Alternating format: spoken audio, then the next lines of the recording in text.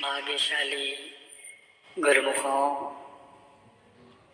अपने सन्मुख विराजमान श्री परमहंस महान विभूतियों के सुंदर पावन दर्शन दीदार करते हुए एक बार ऊंचे और मीठे स्वर में मिलकर बोलना जयकारा।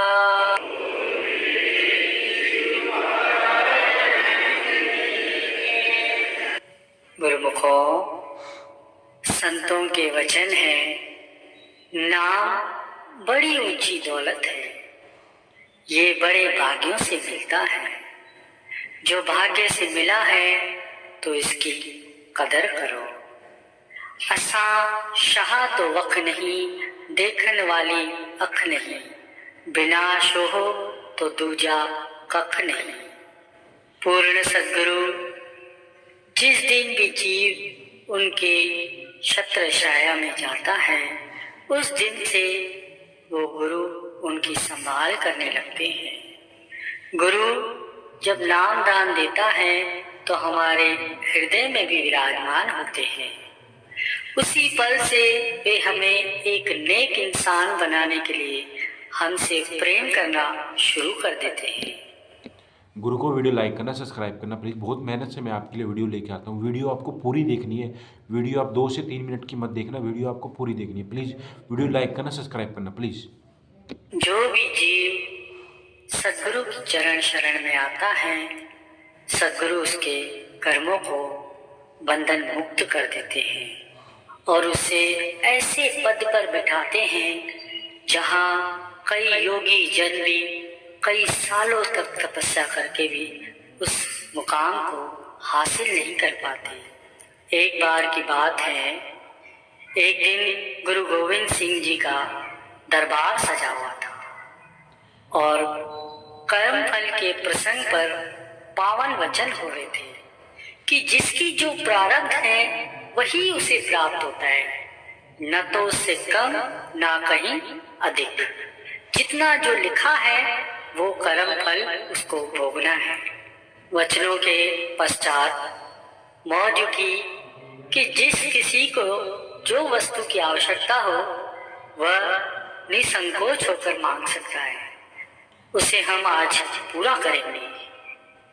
फिर एक श्रद्धालु ने हाथ जोड़कर प्रार्थना की कि प्रभु, मैं बहुत ही गरीब हूँ। मेरी तमन्ना है कि मेरे पास बहुत सारा धन हो कि जिससे मेरा गुजारा भी चल सके और साधु संतों की सेवा भी कर सकूं। उसकी इस भावना को देखकर श्री गुरु गोविंद सिंह जी ने शुभ आशीर्वाद दिया और वचन फरमाए कि तुझे आज लखपति बना देते हैं। ऐसे ही सब गुरुमुखों ने अपनी अपनी मांगे रखी। उसी गुरुमुख मंडली में एक फकीर शाह भी बैठे थे।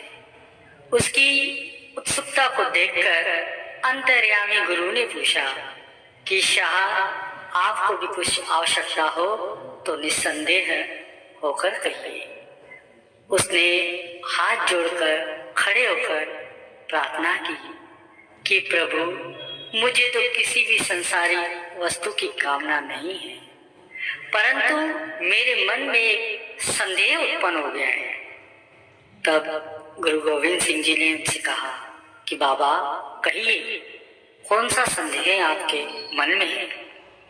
तब उस फकीर बाबा ने कहा कि अभी अभी आपने वचन फरमाए कि प्रारब्ध से न तो कम न तो अधिक किसी को नहीं मिलता।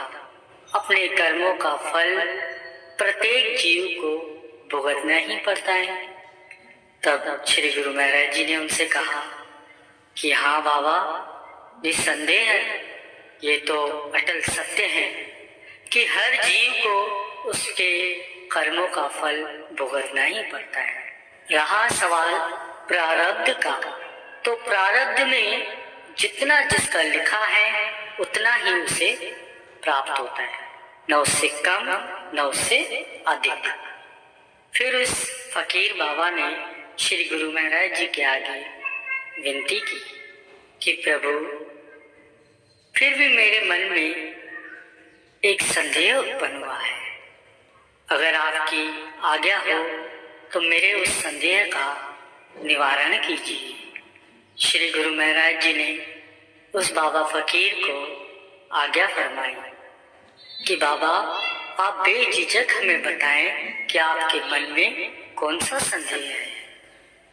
तब उस फकीर बाबा ने कहा कि मेरे मन में यह संदेह है कि अभी अभी जिसे आपने लखपति होने का आशीर्वाद दिया, जब उसके तकदीर में और उसके भाग्य में लखपति होना लिखा नहीं है, तब आपने कहां से दिए उसको। उस फकीर बाबा की बात को सुनकर श्री गुरु गोविंद सिंह जी मुस्कुराने लगे और साथ में वहां उपस्थित सेवक को आज्ञा फरमाई कि जाओ एक कोरा कागज लेके आओ और साथ में मोहर वाली स्याही भी लेके आना। थोड़ी देर बाद वो सेवक मोहर वाली स्याही और कोरे कागज के साथ श्री गुरु महाराज जी के चरणों में उपस्थित हुआ। फिर श्री गुरु महाराज जी ने उस बाबा फकीर को अपनी उंगली की शाख उतारकर फरमाया कि बताओ इस अंगूठी के अक्षर उल्टे हैं कि सीधे। तब बाबा फकीर ने जवाब दिया कि सच्चे बादशाह ये तो अक्षर उल्टे हैं। फिर श्री गुरु महाराज जी ने स्याही में डुबोकर कोरे कागज पर मोहर छाप दी और उस बाबा फकीर से पूछने लगे कि अब बताइए अब अक्षर उल्टे हुए कि सीधे। तब बाबा फकीर ने उत्तर दिया कि प्रभु अभी तो अक्षर सीधे हो गए हैं। तब श्री गुरु महाराज जी ने वचन फरमाया कि बाबा तुम्हारे प्रश्न का तो तुम्हें उत्तर मिल गया होगा। यह सुनकर बाबा फकीर आश्चर्यचकित होकर श्री चरणों में विनती करने लगा कि सच्चे बादशाह अभी भी मेरी समझ में कुछ नहीं आया।